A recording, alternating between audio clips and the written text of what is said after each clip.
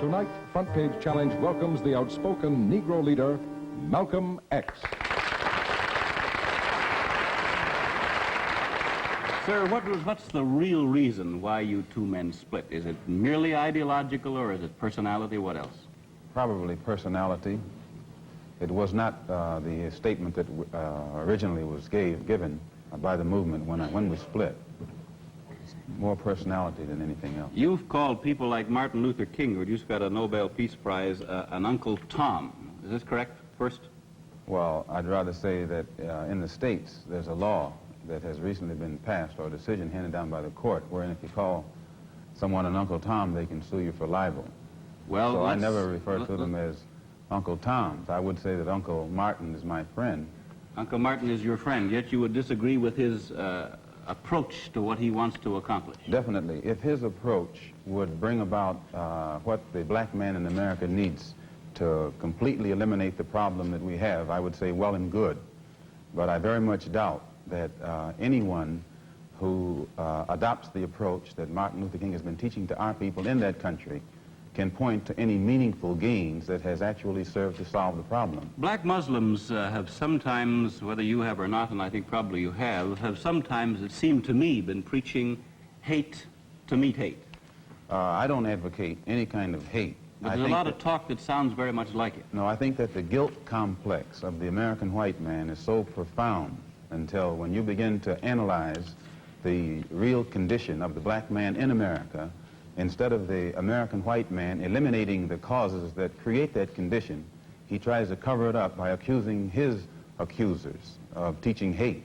But actually, they're just exposing him for being responsible for what exists. Well, that's something of an argument, but I've heard speeches made by some of the people of your group. I think I've heard you make speeches. It seemed to me that you were advocating what I would have to describe, I think, as violence to meet the serious injuries that have been done your people, with which I totally agree. I don't call that violence. I don't in any way encourage black people to go out and initiate acts of aggression indiscriminately against whites.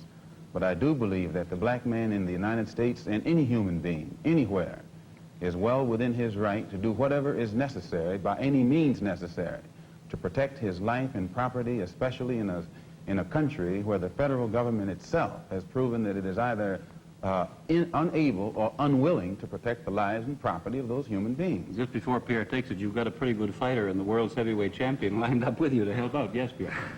Well, Mr. X, if I guess I call you that, is that the proper appellation, Yes. Mr. X?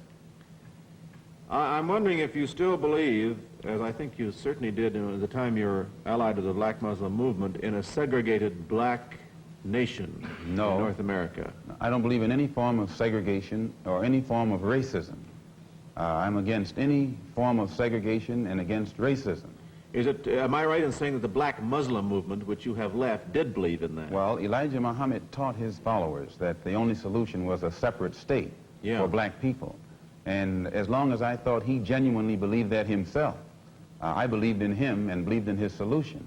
But when I began to doubt that he himself believed that that was feasible, and I saw no kind of action designed to bring it into existence or bring it about, then I turned in a different direction. Are you still a Muslim yourself? Oh, yes. I'm a Muslim. I believe in the religion of Islam, which believes in brotherhood, complete brotherhood of all people.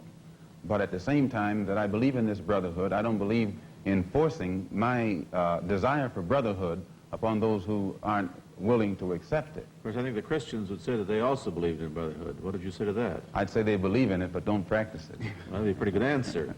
Sir, when the muezzin goes up in the minaret twice a day, he cries to the world, there is but one God, and he is Allah. Do you deny that there is a Christian God? The muezzin does this 5 times a day. 5 times, and I only heard him twice.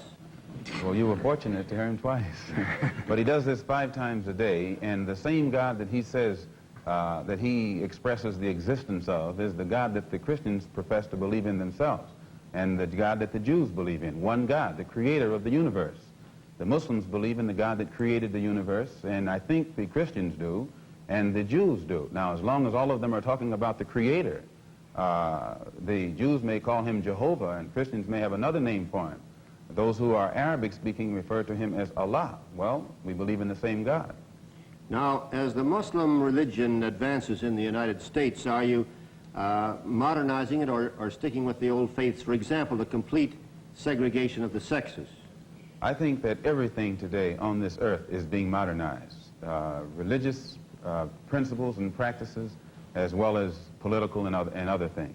Now, when you went to Mecca, this is a very sacred and forbidden city. I tried to get to Mecca myself and certainly didn't make it, not being a Muslim. But how would they accept you as one? You're an American. There are few American Muslims. This is true, and by being an American and not having not being able to speak the Arabic language, I did strike a snag, a very serious snag, but I was fortunate to have been pretty well known by the officials in Arabia, and they knew too that I had accepted Orthodox Islam. It had been highly publicized in the paper, and I became a guest of the state. I was a guest of Prince Faisal, the present King Faisal, and they made it possible for me to go before the committee, Hajj committee or Hajj court, who examines you and asks you questions about your belief, and if you pass it, then you are okay to go to Mecca. But it's you would true. have to have a translator then. Oh, I had one. Then realizing that our problem in America, that we are black Americans, and we have a problem that goes beyond religion, we formed a group known as the Organization of Afro-American Unity. And the objective of this organization, it's non-religious, number one. Any Negro can belong to it. And the objective of that organization is to bring about a condition that will guarantee respect and recognition of the 22 million black Americans as human beings. We feel that the problem, number one, of the black man in America is beyond America's ability to solve. It's a human problem, not an American problem or a Negro problem. And as a human problem or a world problem, we feel that it should be taken out of the jurisdiction of the United States government and the United States courts and taken into the United Nations in the same manner that the problems of the black man in South Africa, Angola, and other parts of the world, and even the way they're trying to bring the problems of the Jews in Russia into the United Nations because of violation of human rights. We believe that our problem is one not of violation of civil rights, but a violation of human rights. Not only are we denied the right to be a citizen in the United States, we're denied the right to be a human being.